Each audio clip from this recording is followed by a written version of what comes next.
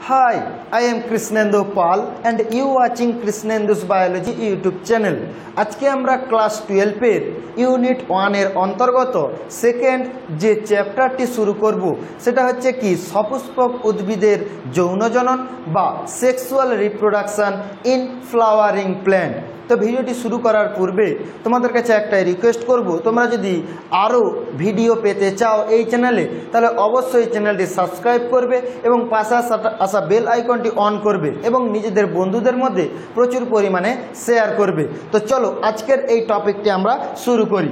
তাহলে প্রথমে আজকে আমরা জানবো কি সপুষ্পক উদ্ভিদের যৌনজনন বা sexual reproduction in flowering plant. তাহলে সপুষ্পক উদ্ভিদ অর্থাৎ এদের প্রধান জনন অঙ্গটির নাম কি? ফুল বা ফ্লাওয়ার। এই যে আমার হাতে যে ফুলটি রয়েছে এই ফুলটি হচ্ছে কি সপুষ্পক উদ্ভিদের জনন অঙ্গ, যৌন জনন অঙ্গ। তাহলে এই ফুলটি জানার পূর্বে আমাদেরকে ফুলের গঠন সম্পর্কে জানতে হবে, তাহলেই আমরা আরও ডিপে এই চ্যাপ্টারটি সম্পর্কে জ্ঞান আরোহণ করতে পারবো। তাহলে প্রথমে আমাদেরকে জানতে হবে একটি আদর্শ ফুলের গঠন সম্পর্কে। অর্থাৎ যদি আমরা আদর্শ ফুল দেখি তাহলে দেখব জবা, আমার এই হাতে রয়েছে জবা, এটি রয়েছে ধুত্রা। অর্থাৎ এই ফুলগুলোর গঠন আমরা কিন্তু মনোযোগ সহকারে দেখব, তোমরা কিন্তু লাস্ট পর্যন্ত মনোযোগ সহকারে কিন্তু ভিডিওটি দেখবে। দেখো ফুলের গঠন যদি বলা হয়, দেখো এই যদি একটি ফুল হয় তাহলে এর একটি লম্বা দীর্ঘ দণ্ডাকার অংশ রয়েছে। তাহলে এরকমই আমরা যদি একটি পুষ্প দেখি, এইভাবে যদি আমরা একটি পুষ্প দেখি তার দীর্ঘ দণ্ডাকার অংশ রয়েছে যেটাকে বলা হয় পুষ্পবৃন্ত। এই অংশটি দ্বারা এই ফুলটি কি হয় কাণ্ডের পর্বের সঙ্গে যুক্ত থাকে। কার সঙ্গে যুক্ত থাকে? ধরো এই একটা উদ্ভিদ, তার এইটা হচ্ছে একটা উদ্ভিদ, আর এটা হচ্ছে কি মূল। এই অংশটার সঙ্গে কিন্তু যুক্ত রয়েছে কাণ্ডের, যেখান থেকে পাতা বা ফুল তৈরি হয় তাকে বলা হয় উদ্ভিদের কাণ্ড। তাহলে এই যে মানে এইটা হচ্ছে কি মাটির ওপরে যে দণ্ডাকার অংশটি রয়েছে সেটা হচ্ছে কাণ্ড। অর্থাৎ কাণ্ডের যে অংশ থেকে পাতা বা ফুল উৎপন্ন হয় তাকে বলা হয় কি পর্ব। এখানেও ধরো একটি পাতা উৎপন্ন হয়েছে এরকমভাবে একটি পাতা, তাহলে এটা হচ্ছে কি পর্ব। দুটি পর্বের মধ্যবর্তী স্থানকে বলা হয় উপপর্ব। তাহলে ফুলের যে দণ্ডাকার অংশটি কাণ্ডের পর্বের সঙ্গে যুক্ত থাকে সেটাকে বলা হয় পুষ্পবৃন্ত। এই যে দীর্ঘ অঞ্চলটি দেখো এটা হচ্ছে কি পুষ্পবৃন্ত। এরপরে আমরা যদি দেখি পুষ্পবৃন্তের ঠিক ওপরে একটি স্ফীত গঠন দেখতে পাওয়া যায়। এই স্ফীত গঠনটিকে বলা হয় পুষ্পাক্ষ। এই স্ফীত গঠনটিকে কি বলা হয়? পুষ্পাক্ষ। দেখো এই যে দণ্ডাকার অংশটি রয়েছে এর ওপরে এই যে স্ফীত গঠনটি রয়েছে, এই স্ফীত গঠনটি রয়েছে, এই যে স্ফীত গঠন, এই গঠনটাকে আমরা বলবো কি পুষ্পাক্ষ। এর ওপরেই আরও স্তবকগুলি রয়েছে, এগুলো আমরা দেখবো। এই যে লাল দেখতে পাচ্ছ, সবুজ দেখতে পাচ্ছ, এই যে গঠনগুলো দেখতে পাচ্ছ এগুলো কার উপরে অবস্থান করে? এই পুষ্পাক্ষের উপরে। অর্থাৎ এইগুলো দলমণ্ডল, বৃতি, পুংস্তবক, স্ত্রীস্তবক সব কিন্তু এই পুষ্পাক্ষের উপরেই অবস্থান করে। এরপর আমরা যদি দেখি আদর্শ ফুলের গঠন, প্রথমে আমরা দেখলাম কি পুষ্পবৃন্ত, তারপরে দেখলাম কি পুষ্পাক্ষ। পুষ্পাক্ষর পরবর্তী আমরা যদি দেখি সেখানে দেখব কি পুষ্পস্তবক। কার উপরে অবস্থান করবে? পুষ্পস্তবকগুলি পুষ্পাক্ষের উপরে অবস্থান করবে। দেখো প্রথমে যদি আমরা দেখি পুষ্পাক্ষের উপরে অবস্থিত ক্ষুদ্র পাতা সদৃশ এক প্রকার গঠন রয়েছে যেটাকে আমরা নাম দেব বৃতি, যাকে ইংরেজিতে বলা হয় ক্যালিক্স। এই বৃতির এক একটা বৃতিকে বলা হচ্ছে কি বৃত্তাংশ। দেখো এই অংশটা স্ফীত ছিল, এই স্ফীত গঠন, এই স্ফীত গঠনের উপরে দেখো ক্ষুদ্র পাতার ন্যায় গঠনগুলো দেখতে পাওয়া যাচ্ছে। এই ক্ষুদ্র পাতার ন্যায় গঠনগুলোকে আমরা নাম দেব কি বৃতি। এই বৃতির কাজ কি? বৃতিটি অর্থাৎ ফুলটি যখন কুঁড়ি অবস্থায় ছিল এর যে এই দলমণ্ডলগুলো দেখতে পাচ্ছি পুংস্তবক, স্ত্রীস্তবক, এগুলোকে কি করে? ঢেকে রাখে, বাইরের আঘাত থেকে রক্ষা করে এই বৃতি। এই বৃতির পরবর্তী অর্থাৎ পরবর্তী যে পুষ্পস্তবকটি থাকে সেটা বিভিন্ন রং বেরঙের হয়, দেখতে পাচ্ছ। এটাকে বলা হয় দলমণ্ডল। এটাকে নাম কি দেওয়া হলো? দলমণ্ডল, যাকে নাম দেওয়া হয় ইংরেজিতে করোলা। করোলা। আর বৃতিটাকে বলা হচ্ছে ক্যালিক্স। তাহলে দেখো এই যে রং বেরঙের লাল রঙের গঠন দেখতে পাচ্ছি এটাকে জবা ফুল। আমরা যদি ধুত্রা ফুল দেখি এটা হচ্ছে কি পুষ্পবৃন্ত। তার উপরে এই যে স্ফীত পুরো লম্বা যে স্ফীত গঠনটা হচ্ছে যে পুষ্পাক্ষ, মানে এই যে এই গঠনটা, সরি এইখানে দেখো একটা স্ফীত গঠন রয়েছে পুষ্পাক্ষ। পুষ্পাক্ষের ওপরে এই যে ক্ষুদ্র পাতার ন্যায় যে গঠন রয়েছে বৃতি, তার উপরে যে রং বেরঙের যে গঠনটা রয়েছে সাদা রঙে, এটা হচ্ছে কি দলমণ্ডল। তাহলে এরপর দলমণ্ডল যদি আমরা দেখি, তাহলে আমরা যদি পুষ্পস্তবককে ভাগ করি দুই প্রকার হয়, একটা হচ্ছে কি সাহায্যকারী, আরেকটা হচ্ছে কি জননে অংশগ্রহণকারী।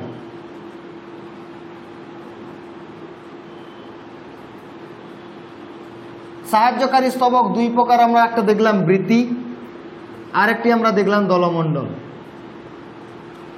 এটা দেখলাম জননে অংশগ্রহণকারী স্তবক দুই প্রকারের হয়, একটা হচ্ছে কি পুংস্তবক, আরেকটা হয় কি স্ত্রী স্তবক। একটা হচ্ছে কি পুংস্তবক, আরেকটা কি হয় স্ত্রী স্তবক।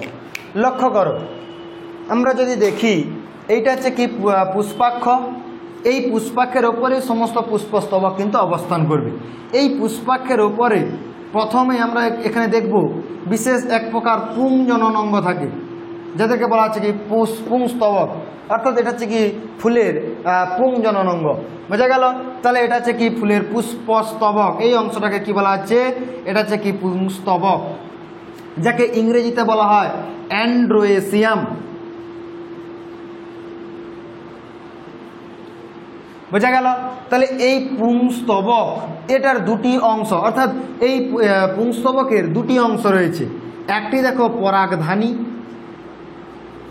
যেটাকে ইংরেজিতে বলা হয় অ্যান্থার। আরেকটি দেখো এই যে লম্বা দণ্ডাকার অংশ রয়েছে, এটাকে বলা হচ্ছে কি পুংদণ্ড। তাহলে এই পুংদণ্ড এবং পরাগধানী নিয়েই কি তৈরি হয়েছে পুংস্তবক। এবং দেখো এই এক একটি পুংস্তবক, এটা একটা পুংস্তবক, এটা একটি পুংস্তবক, এক একটি পুংস্তবককে একত্রে বলা হয় পুংকেশর।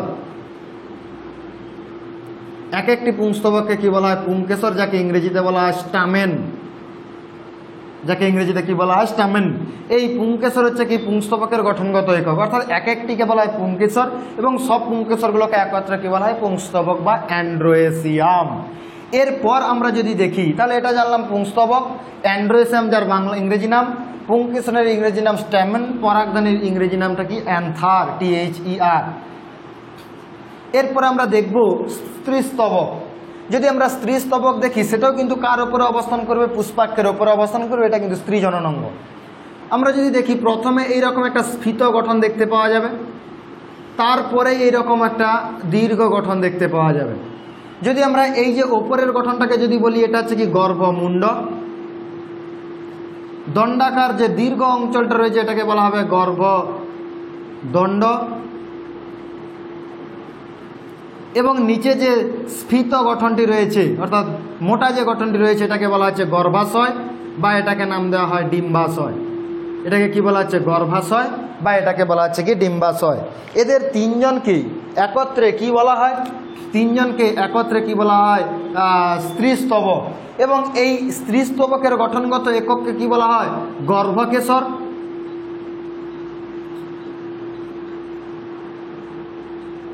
বা বলা হয় কি গর্ভপত্র। এই গর্ভপত্রের ইংরেজি নাম কার্পেল বা গর্ভকেশর বা গর্ভপত্রে, অর্থাৎ তিনটি একত্রে গর্ভমুণ্ড, গর্ভদণ্ড, ডিম্বাশয়কে একত্রে কি বলা হয়েছে গর্ভকেশর বা গর্ভপত্র বা কার্পেল। এই যে স্ত্রী স্তবক অর্থাৎ গর্ভকেশরগুলোকে একত্রে কি বলা হচ্ছে স্ত্রী স্তবক, এর ইংরেজি নাম হচ্ছে কি গাইনোয়েসিয়াম। অ্যান্ড্রোয়েসিয়াম গেল, গাইনোয়েসিয়াম গেল। তাহলে আমরা যদি দেখি জননে অংশগ্রহণকারী স্তবক দুই প্রকার, একটা হচ্ছে পুংস্তবক, একটা হচ্ছে স্ত্রী স্তবক। এটা হচ্ছে কি পুং জননাঙ্গ, এটা হচ্ছে কি স্ত্রী জননাঙ্গ। এক একটি পুংস্তবককে বলা আছে পুংকেশর বা স্ট্যামেন, এক একটি গর্ভকেশরকে বা গর্ভকেশর বা স্ত্রী স্তবকের এক একটি একককে বলা হচ্ছে গর্ভপত্র বা কার্পেল বলা হচ্ছে। তাহলে এতদূর পর্যন্ত আমরা জানলাম। এই চিত্রটিতে আমরা একটু দেখে নেব, এইটা হচ্ছে কি দলমণ্ডল, এই অংশটা হচ্ছে কি তার বৃতি। তাহলে আমি যদি এটা হচ্ছে কি তার বৃতি।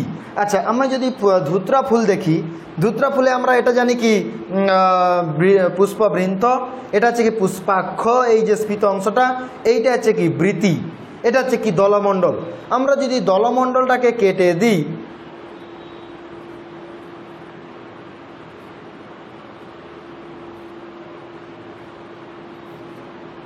তাহলে দেখো যদি দলমণ্ডলটাকে কাটা হয়, দেখো এইভাবে দেখো, এই যে 5টি গঠন, এইটার কথা বাদ দাও, এই 5টি গঠন 1 2 3 4 5, এই যে 5টি গঠন আমরা দেখতে পাচ্ছি এটা হচ্ছে কি পুংকেশর। এর ওপরে যে স্ফীত গঠনটা দেখতে পাচ্ছি এটা হচ্ছে কি পরাগধানী বা অ্যান্থার, এখান থেকে পরাগরেণু উৎপন্ন হয়। তার পরবর্তী এই যে দণ্ডাকার অংশটা রয়েছে এটা হচ্ছে কি পুংদণ্ড। এরপর আমরা যদি দেখি স্ত্রীস্তবক, তার 3টি অংশ রয়েছে, একটা হচ্ছে গর্ভমুণ্ড, এটা হচ্ছে কি গর্ভদণ্ড। তারপরে যদি আমরা আরও কাটি তাহলে এখানে দেখতে পাবো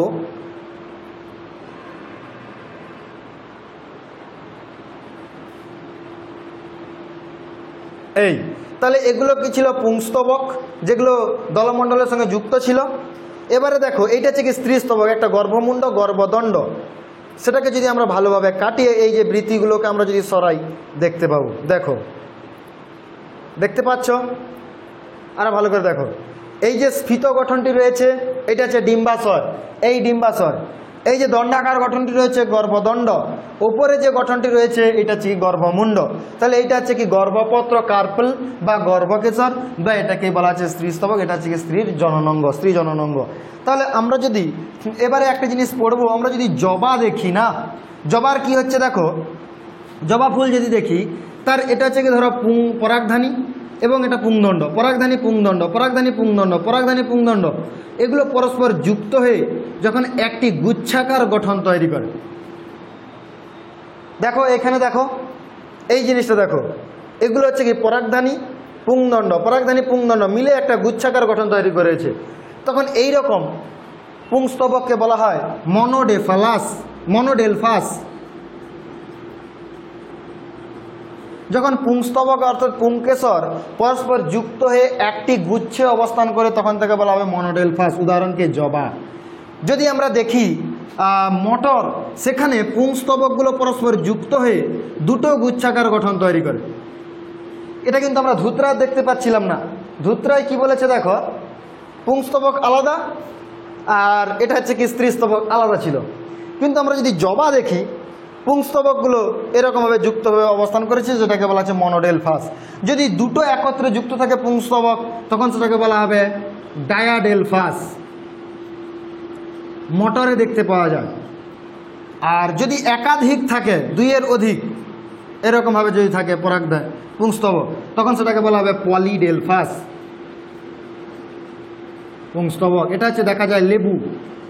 তাহলে দেখো এটা যদি জবা হয়, জবায় এইরকম পুংস্তবকগুলো আছে, ঠিক তার ওপরে স্ত্রীস্তবকগুলো অবস্থান করে, ঠিক তার ওপরে এরকম গর্ভমুণ্ডগুলো অবস্থান করে, তার নিচে গর্ভদণ্ড এবং ঠিক তার নিচে এটাকে যদি কাটা হয়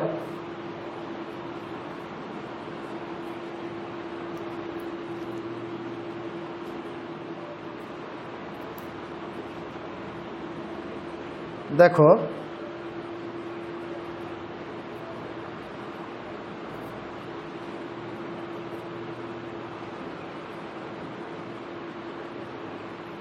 এইখানে লক্ষ্য করো, ফুলটা অনেকক্ষণ থেকে তোলা হয়ে গেছে তো। তাহলে দেখো এইভাবে রয়েছে কি, উপরে রয়েছে গর্ভমুণ্ড গর্ভদণ্ড, নিচে রয়েছে দেখো এই যে স্ফীত গঠনটি নিচে দেখতে পাওয়া যাচ্ছে, এই যে স্ফীত গঠন, এইটা হচ্ছে কি তার ডিম্বাশয়। তাহলে এখানে এটা হচ্ছে কি, এখানে পুংস্তবক অবস্থান করেছে, ঠিক তার ওপরে রয়েছে কি স্ত্রীস্তবক। তাহলে আমরা এখানে দেখলাম এটা হচ্ছে কি জবা, এটা হচ্ছে কি ধুদ্রার গঠন আমরা জানলাম।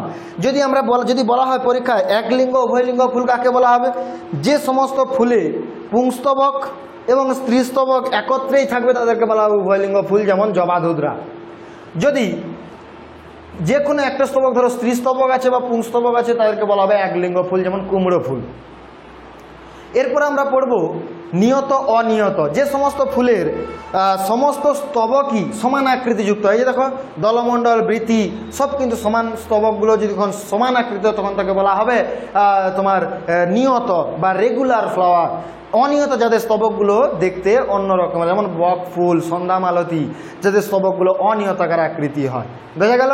আর হচ্ছে সমাঙ্গ ফুল, যে সমস্ত ফুলের 4টা স্তবকই থাকে তাদেরকে সমাঙ্গ ফুল বলা হবে।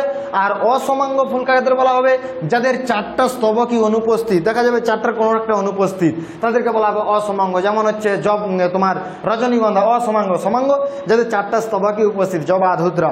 এখানে আরেকটা ইম্পর্টেন্ট টার্ম তোমাদেরকে বলবো, পেরিয়ান্থ বা পুষ্পপুট কি?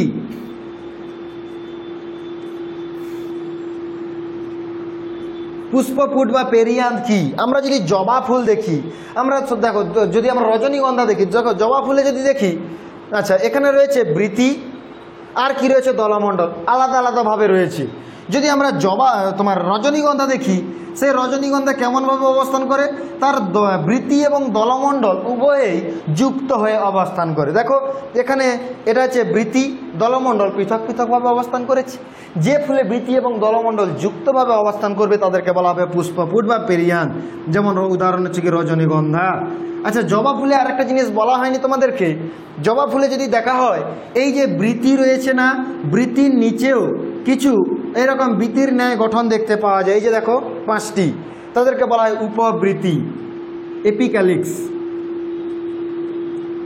বৃতিটাকে বলা হচ্ছে ক্যালিক্স, উপবৃতিকে বলা হচ্ছে কি এপিক্যালিক্স। তাহলে এই ছিল সপুষ্পক উদ্ভিদের জননাঙ্গ ফুলের গঠন সম্পর্কে। তাহলে আমরা আদর্শ ফুল কাকে বললাম আমরা জানলাম, যাদের 4টা স্তবকই থাকবে, পুষ্পবৃন্ত, পুষ্পাক্ষ, পুষ্পস্তবক। যেমন হচ্ছে কি 4টা স্তবকই থাকবে, যেমন সাহায্যকারী বৃতি, দলমণ্ডল, পুংস্তবক, স্ত্রীস্তবক যাদের থাকবে তাদেরকে বলা হবে আদর্শ ফুল, যাদের থাকবে না তাদেরকে আদর্শ কিন্তু আমরা বলবো না। তাহলে এই ছিল কি আজকে ফুলের গঠন সম্পর্কে। এর পরের ক্লাসে আমরা জানবো এই পুংকেশর বা স্ট্যামেন সম্পর্কে জানবো, সেখানে আমরা পরাগধানীর গঠন এবং পুংদণ্ড সম্পর্কে জানবো। যদি ভিডিওটি অবশ্যই ভালো লেগে থাকে অবশ্যই চ্যানেলটি সাবস্ক্রাইব করবে এবং বন্ধুদের মধ্যে প্রচুর পরিমাণে শেয়ার করে দিবে। তাহলে আজকের ভিডিওটি এই পর্যন্তই, দেখা হবে নেক্সট ক্লাসে। টাটা।